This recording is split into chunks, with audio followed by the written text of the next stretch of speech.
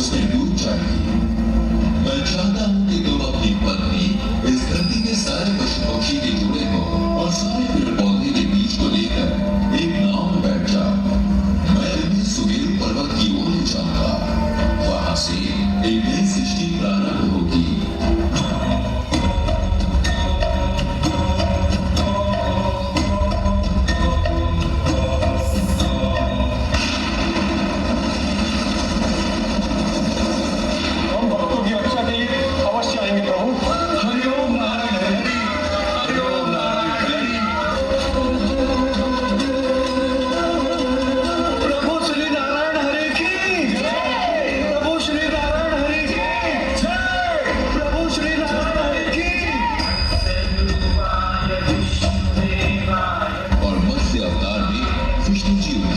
सुमेरु पर्वत की ओर ले गए। तत्पश्चात विष्णु जी मत्स्य अवतार में ही हयग्रीव के पास गए।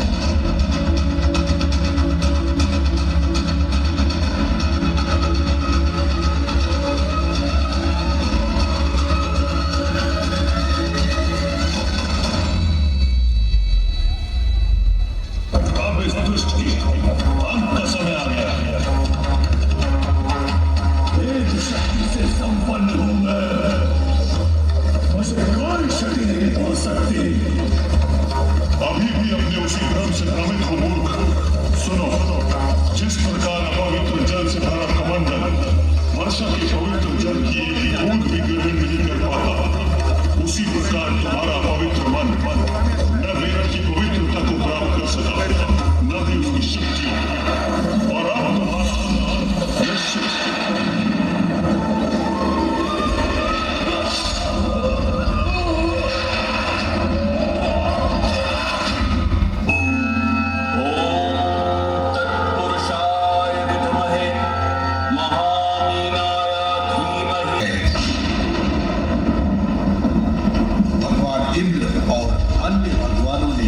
अपनी शक्तियां खोली और सहायता के लिए भगवान विष्णु के पास गए। भगवान, आप ही हमारी अंतिम आशा हो। ऋषि दुर्वासा ने हमें बहुत बड़ा श्राप दिया है। जाओ मरना की सहायता से सागर का दूध गमन करो और उसकी सबको रस्सी के समान निरोध करो।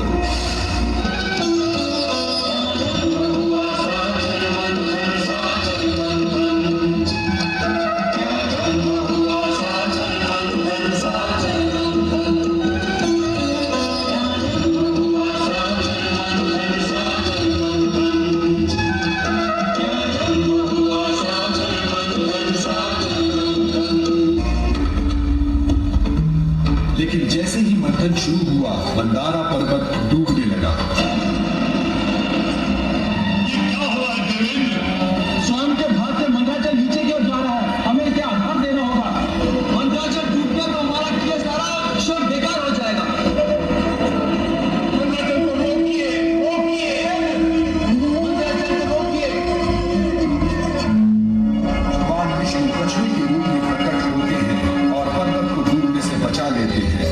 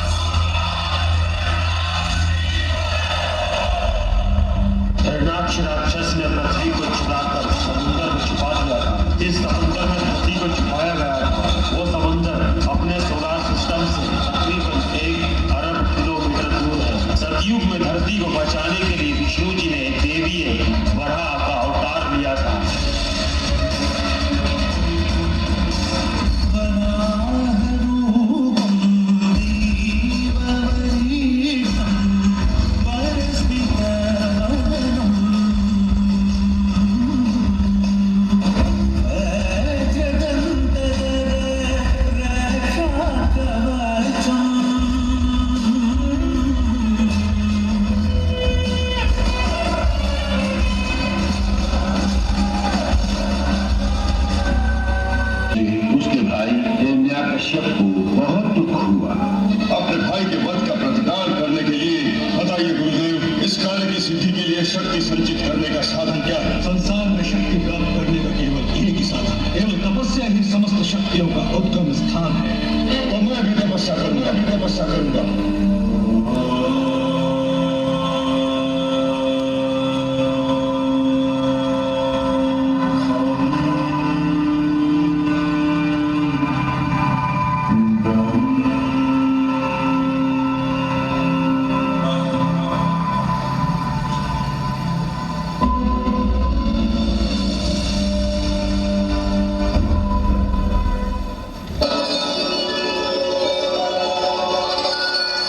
वे दैत्य शिरोमणि, जो इच्छा हो हम अवश्य प्रदान करेंगे।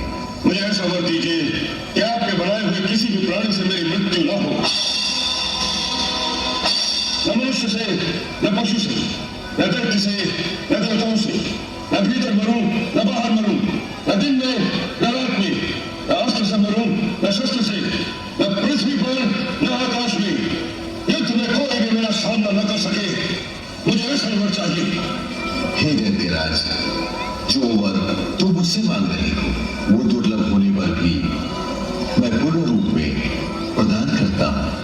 और अपनी अपार शक्तियों के दुरुपयोग से उसने संसार में चारों ओर हाहाकार मचा दिया।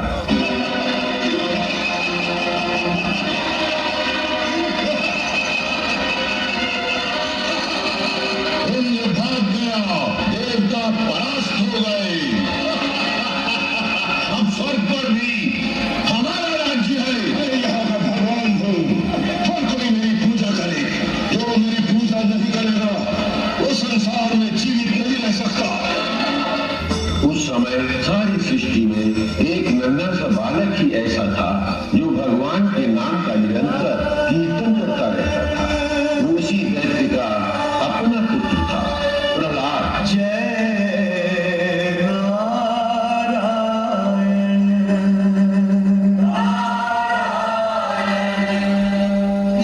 जय जय नारायण नारायण हरि हरि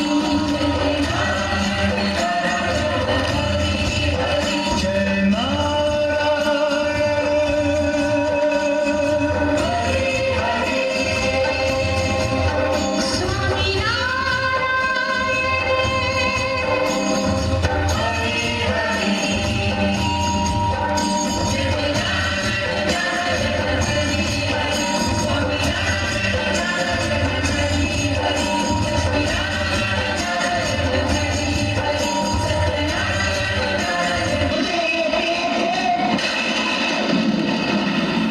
तुम बहुत उद्दंड हो गया है।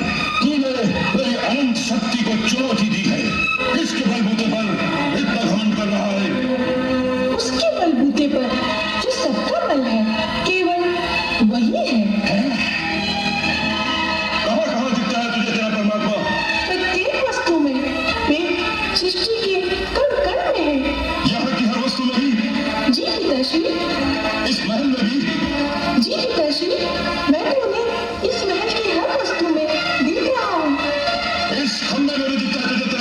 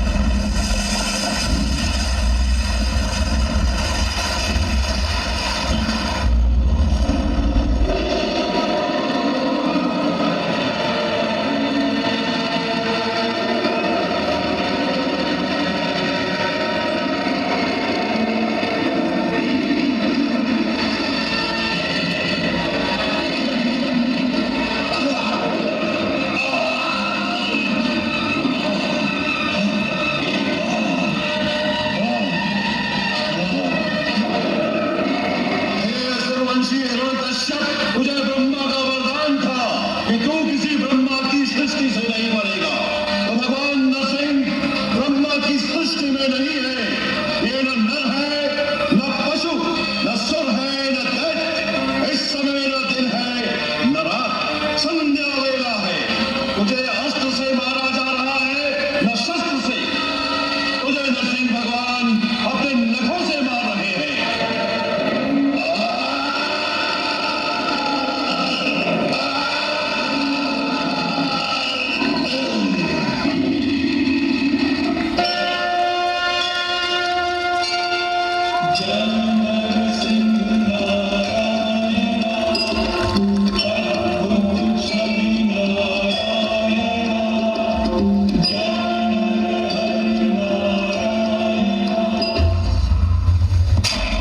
और उसके पुत्र बलि की विष्णु भक्ति का प्रभाव धरती पर फैल गया। विष्णु भक्ति के प्रभाव और प्रसार के कारण इंद्रदेव विचलित हुए और अंततः उन्होंने विष्णु भक्त विरोचन की हत्या कर दी।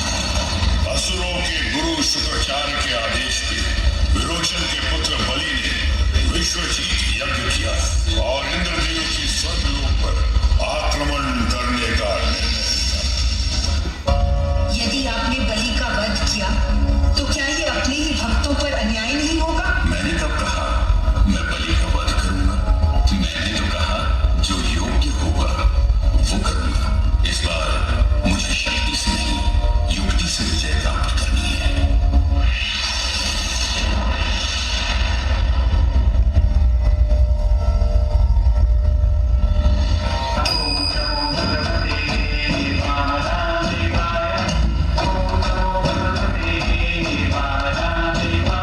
बधाइए ब्राह्मण देवता, कहिए क्या सेवा करूं?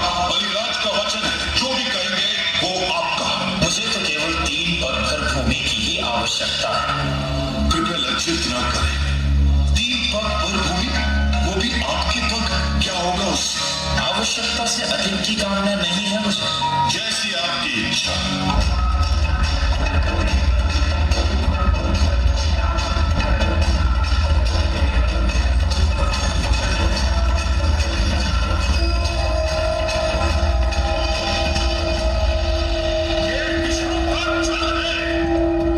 मेरे 2 पग में ही स्वर्ग और मृत्यु लोक समान है।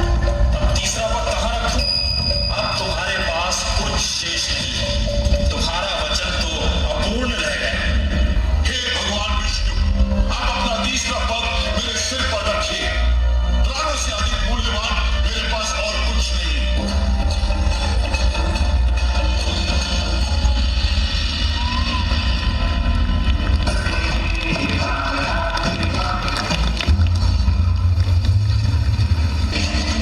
सत्ता पाशा अहंकारी और निर्बल लोगों पर अत्याचार करने लगे। लोगों के करुण पुकार सुनकर भगवान विष्णु ने ऋषि जमदग्नि और उनकी पत्नी माता रेणुका के पुत्र के रूप में अवतार लिया।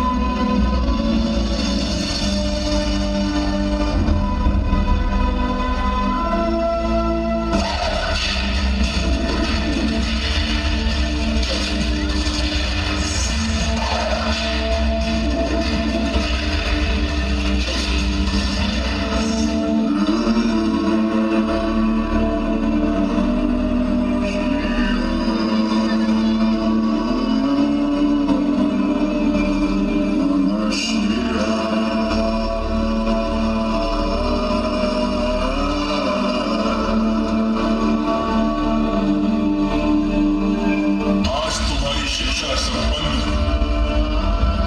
ये परशु मैं तुम्हें ब्रह्मास्त्र के रूप में भेंट करता हूँ। अब तुम अजय हो। अब संसार तुम्हें परशुराम के नाम से संबोधित करे।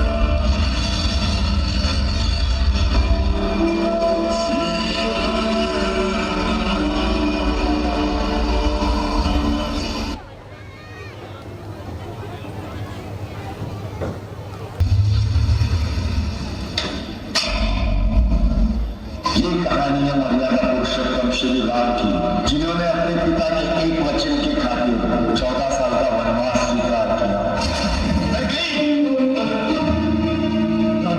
ऐसा व्रत क्यों कर रही हो? मैं राम के लिए 14 वर्ष का वनवास मांगती हूँ।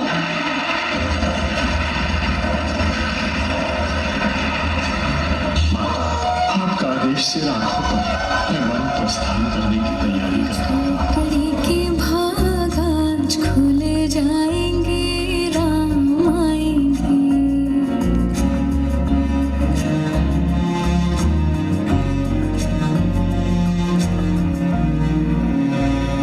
राम आएंगे तो अंगना सजाऊंगी, दीप जला के दिवाली मैं मनाऊंगी।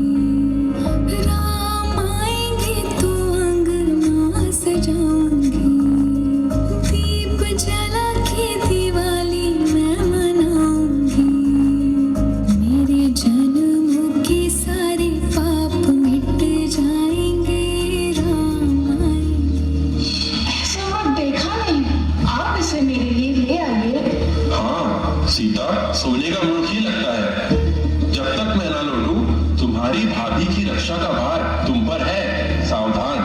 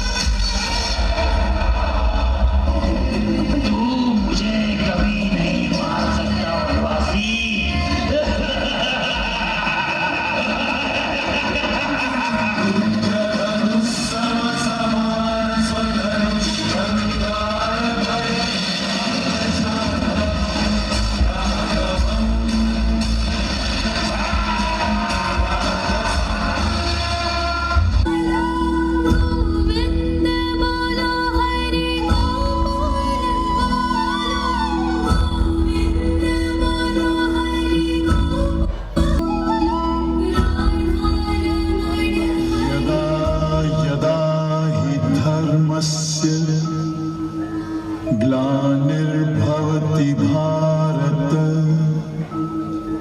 अभ्युत्थानम् अधर्मस्य तदात्मानं सृजाम्यहम् परित्राणाय साधूनां विनाशाय च दुष्कृतां धर्म संस्थापनार्थाय संभवामि। धर्म के अनुसार कर्म करते जाओ और मन में ये पक्का विश्वास रखो कि जिस नियत के साथ तुम कर्म करोगे उसी नियत के अनुसार तुम्हें फल अवश्य मिलेगा। कर्म का ये अटल विधान है, इसमें कभी किसी के साथ अन्याय नहीं हो सकता है। कुछ है संसार में जो कुछ है संसार इसी कथा में कह दिया वेद व्यास ने सार।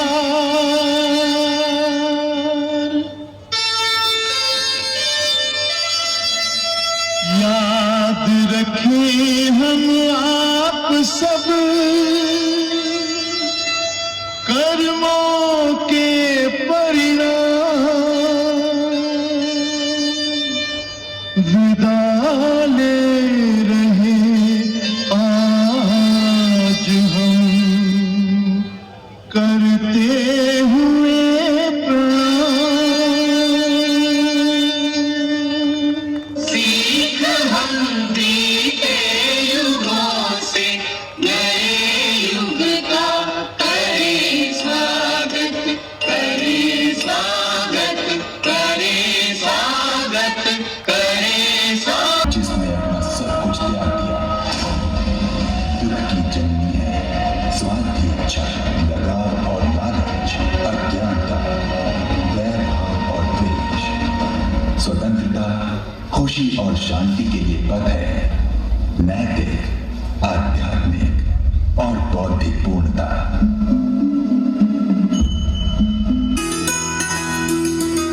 अच्युतं केशवं कृष्ण दामोदरम् अच्युतं केशवं कृष्ण दामोदरम् रामनारायणं जानकी वल्लभं रामनारायणं पौराणिक मान्यता के अनुसार कलयुग में जब पृथ्वी लोक पर पाप हद से ज्यादा बढ़ जाएगा तब विष्णु जी अपना 10वां अवतार लेंगे और दुष्टों का नाश करेंगे और फिर वापस एक नए युग का प्रारंभ होगा। पौराणिक मान्यता अनुसार कलयुग के अंतिम चरण और सतयुग के